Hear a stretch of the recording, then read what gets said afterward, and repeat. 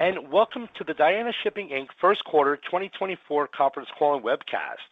If anyone should require operator assistance, please press star zero on your telephone keypad. A question and answer session will follow the formal presentation. You may be placed in the question queue at any time by pressing star one on your telephone keypad. As a reminder, this conference is being recorded. It's now my pleasure to turn the call over to Ed Nebb, Investor Relations. Please go ahead, Ed.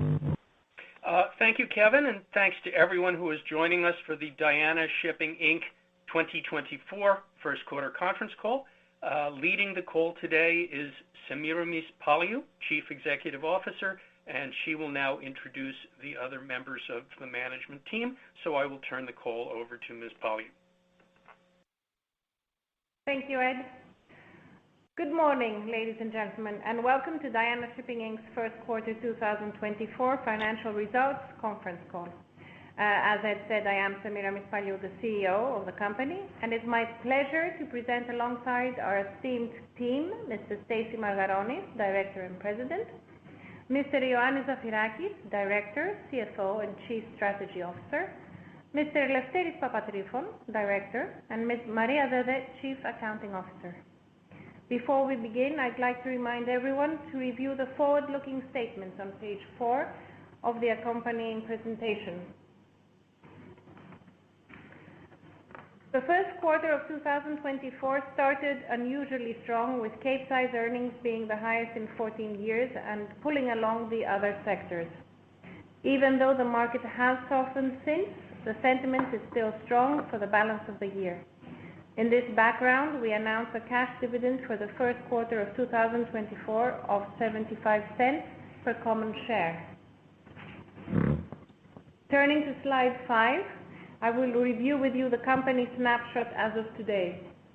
Our fleet comprises of 39 dry bulk vessels in the water, with a total dead weight of approximately 4.4 million tons. The company is also expecting to take delivery of 2 methanol dual-fuel newbuilding Kamsarmax dry bulk vessels.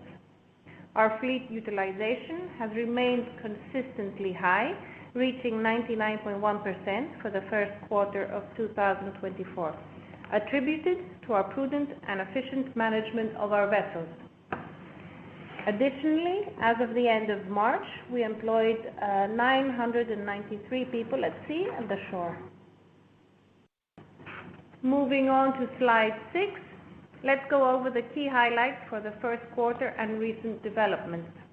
In February 2024, the company executed the contract for the acquisition of 2 81,200 deadweight methanol dual-fuel newbuilding Kamsarmax dry bulk vessels built at NYSE Group for a purchase price of $46 million each.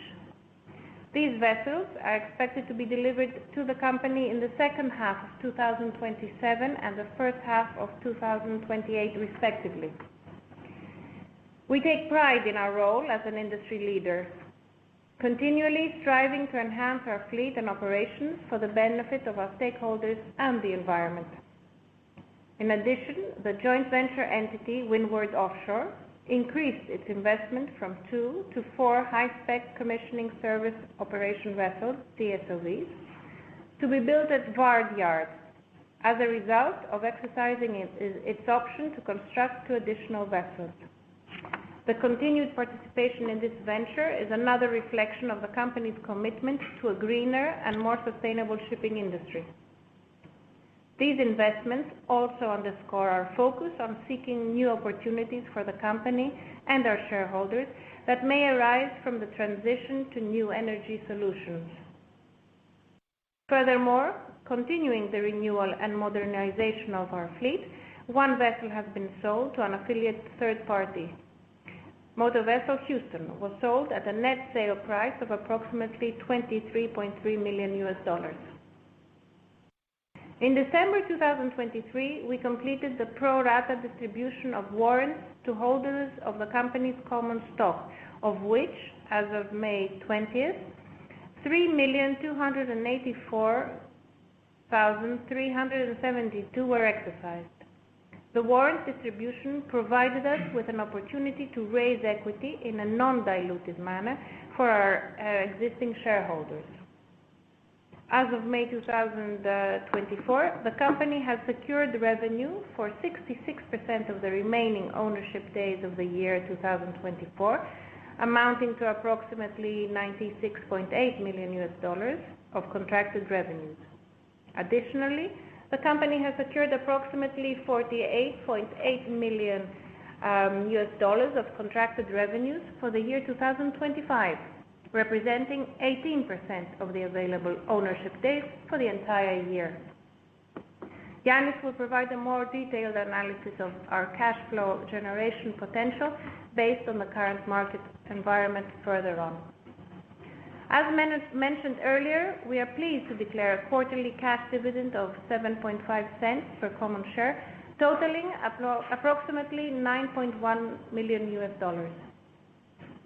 Finally, we are happy to share that our company has been honored with a Gold Environmental Leader Award and Gold Diversity, Equity and Inclusion Leader Award at the 2024 ESG Shipping Awards International.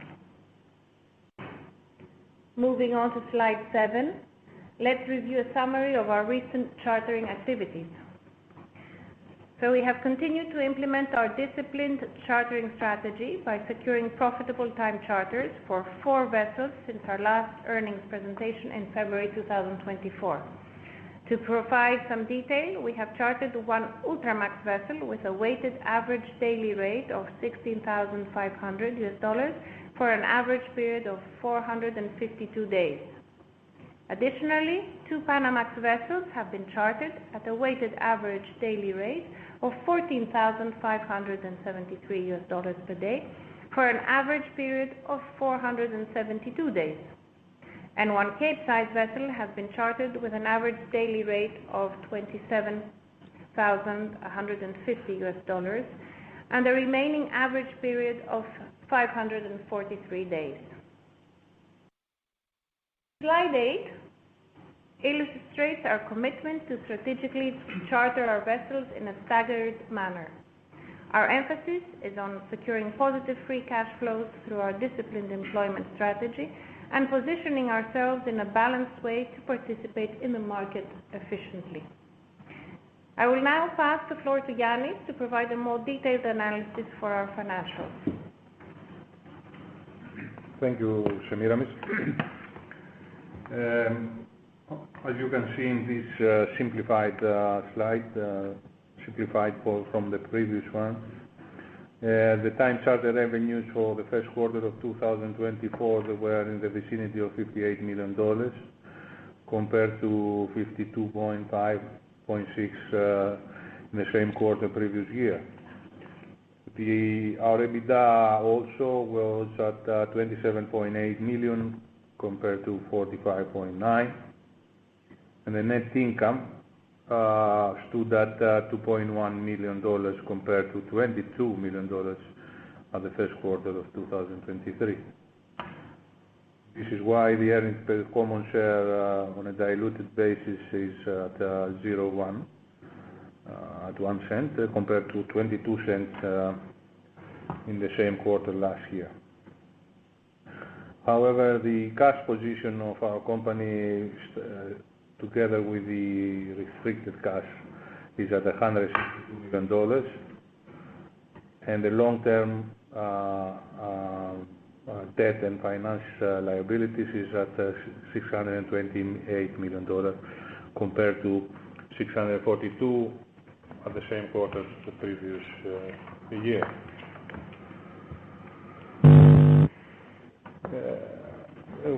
Looking at the summary of the selected financial and other data, I think what we should look at is that the number of vessels has decreased to 39.7, the average from 41.5, and the same applies for the ownership days, which is slightly lower than the previous same quarter last year. So our time charter equivalent is at $15,000 approximately compared to $18.5 at the same quarter of the previous year. daily operating expenses, they are at 5,800 approximately compared to 5,400. This is a particular trend for this quarter. We do not expect to continue for the other quarters, and the average for the year probably is going to be lower. If we move to the other slide, which has the amortization profile and the balance profile of our debt, you can see clearly that the company has managed very well their facilities, and we have no maturities for the remaining of 2024, the entire 2025, and we have the bond maturing in 2026 only. And looking at the balance profile at the bottom, you can see how well positioned the company is as regards the remaining amount of debt going forward. Very well balanced and controlled.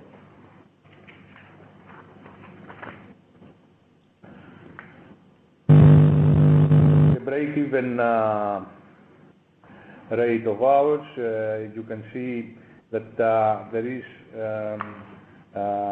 the ability of the company based on the unfixed days that we have to improve our revenues and end up with around $4 million above our break-even for the remaining of 2024. And for 2025, based on the existing FFAs, this can be close to $14 million. There is a leeway on a per day basis for 2025 close to $1,000. Of course, all of these are based on the current FFA curve. Something that we need to point out, something that we keep forgetting mentioning to our shareholders, is how well we did as regards with the dividends that we paid since the third quarter of 2021. We have managed to pay around $2.56 per share, either as a cash dividend or dividend in kind. Of course, the 0.075 that we are paying now is a continuation of that particular policy. With that, I will pass the floor to Stacy Margaronis for the dry bulk market overview.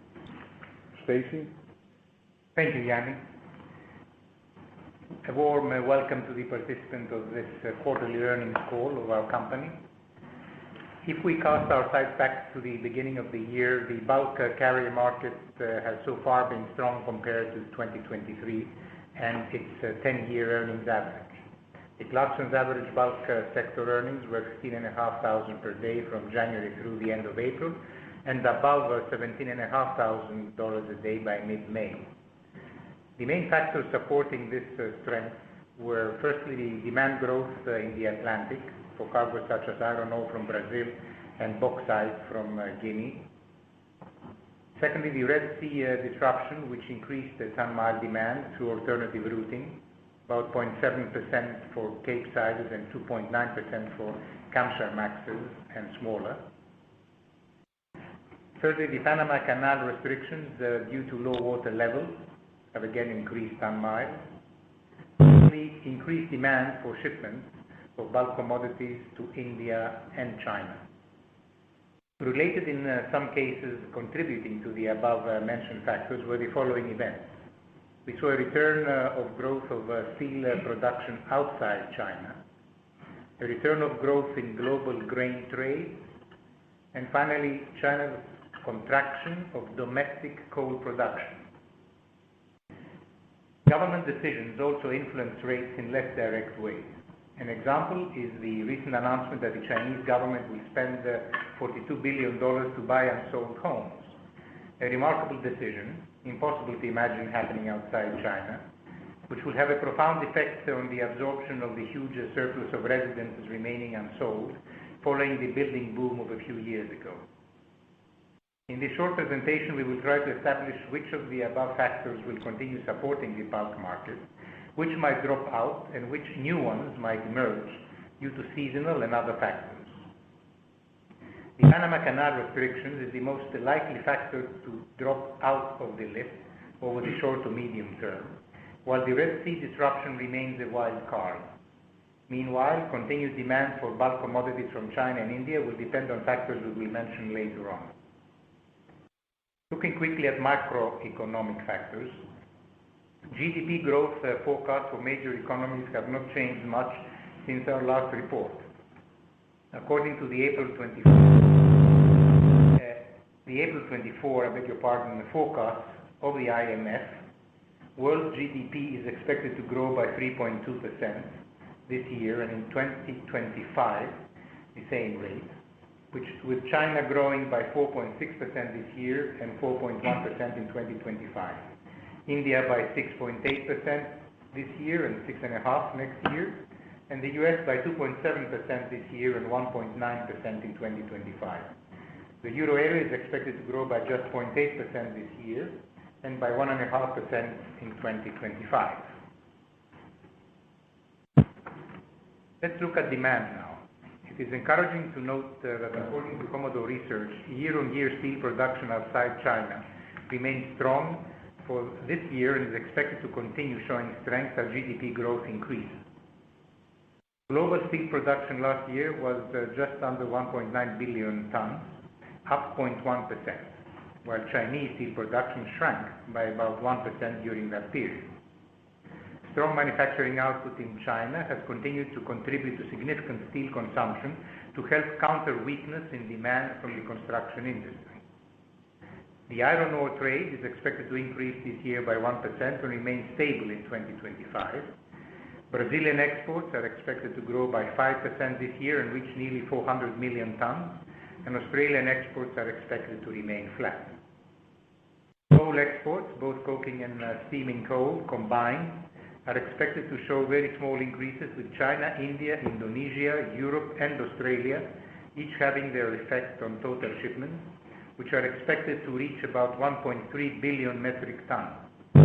Chinese demand will slow down and European demand will continue to decline. In China, hydropower production is starting to increase rapidly, and at the same time, China's coal-derived electricity generation growth has continued to exceed domestic coal output growth. India is expected to import record volumes of coal as electricity demand is once again outpacing domestic coal production growth. Grain exports are expected to grow by 3% this year and next, reaching about 559 million metric tons during the next grain season. Soybeans from the US to China will be negatively affected due to better priced products from Argentina and Brazil. Minor bulk trades are expected to grow by 4% this year and 3% in 2025, reaching 2,284 million metric tons. As we know well, this trade is highly correlated to global GDP growth. Bauxite and other metals such as nickel, manganese ore, and scrap are expected to play a major role in supporting the increased trade going forward. Their shipments are expected to increase by 6% this year and by 4% in 2025. Soy meal, rice, and fertilizers are expected to show strong volume gains as well. Most of the above-mentioned commodities are shipped in Ultramax vessels, such as those in our fleet. Turning to the supply side, according to Clarksons, the new building order book remains low at around 9.3% of the existing fleet. In the Cape sector, the ships on order are about 6.2% of the existing fleet. For Panamax Kamsarmaxes, it stands at 12.6%, and for Handymaxes, around 11% of the existing fleet. New building contracting of bulk carriers this year is about 130 vessels, according to Clarksons, which is 44% fewer than at this time last year. Considering expected deletions and additions to the fleet, The Cape fleet should increase by 1.5% this year and by only 1% in 2025.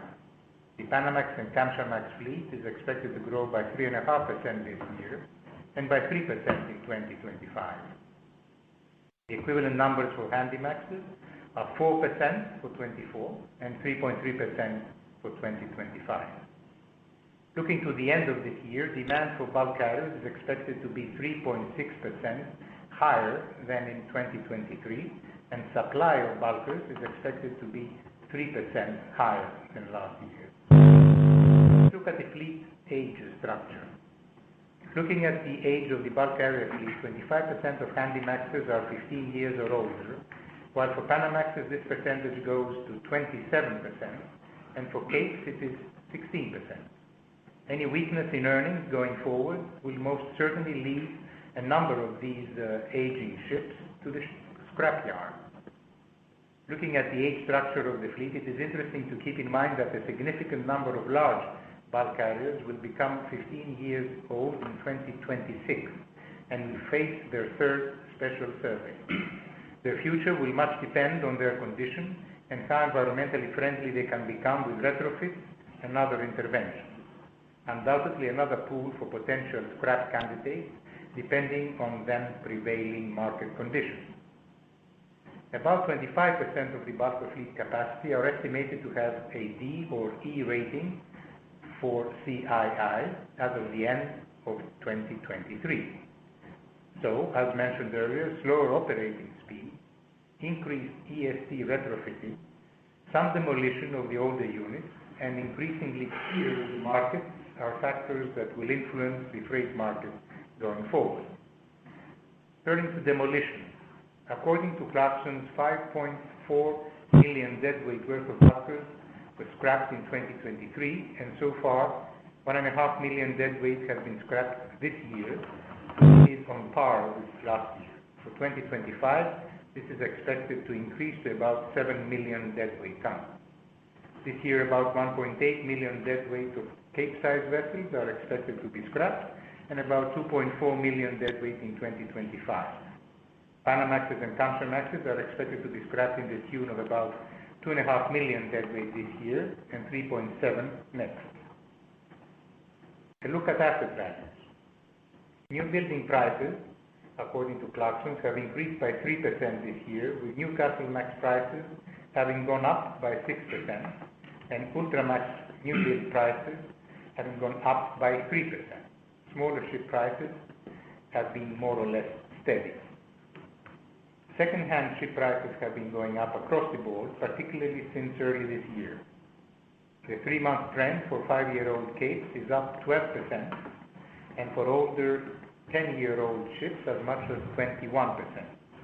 For Kamsarmax, prices of 5-year-old vessels have increased by 9%, and 10-year-old ships by 14%. We have witnessed similar increases in the prices of second-hand Ultramax. So finally, let's look at the outlook.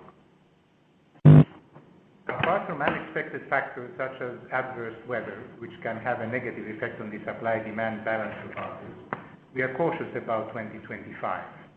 We agree with Clarkson's that the bulk carrier sector supply-demand balance initially appears somewhat softer in 2025, which could lead to a softer freight market.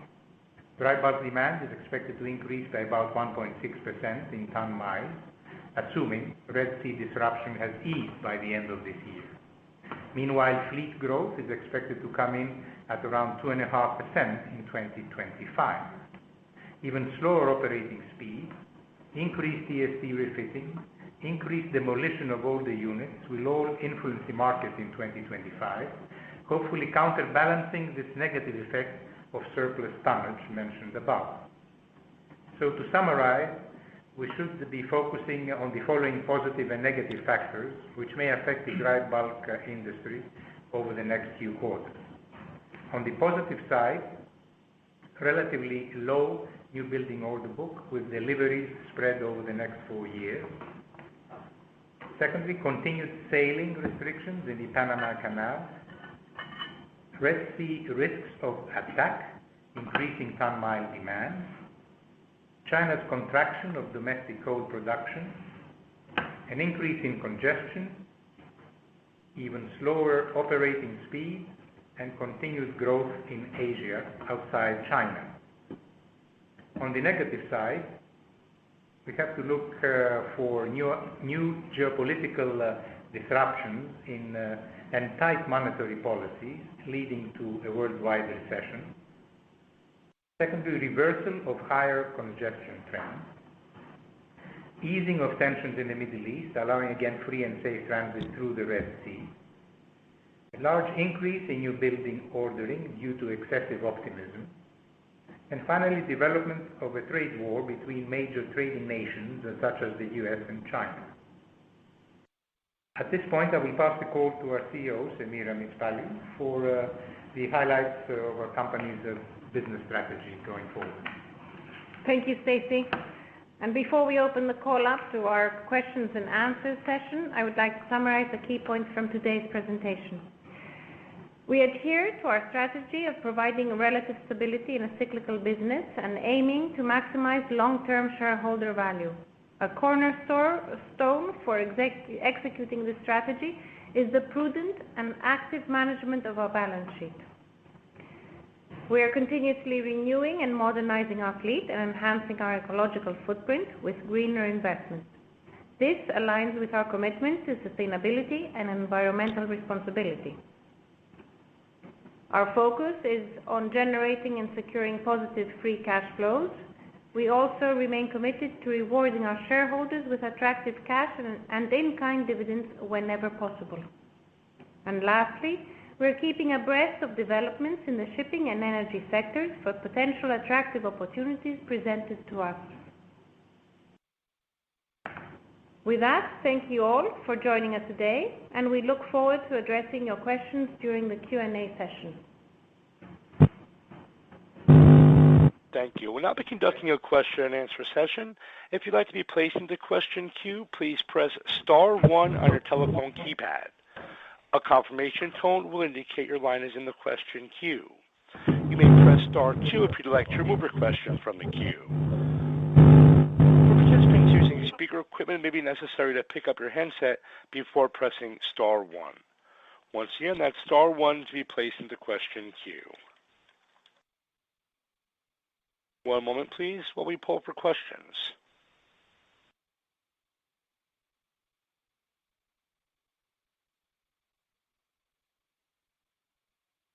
Once again, that's star 1 to be placed into question queue. We've reached the end of our question and answer session. I'll turn the floor over to management for any further or closing comments. Okay, well, with that, I would like to thank you again, and we look forward to catching up on our next call with our next financial results. Thank you very much.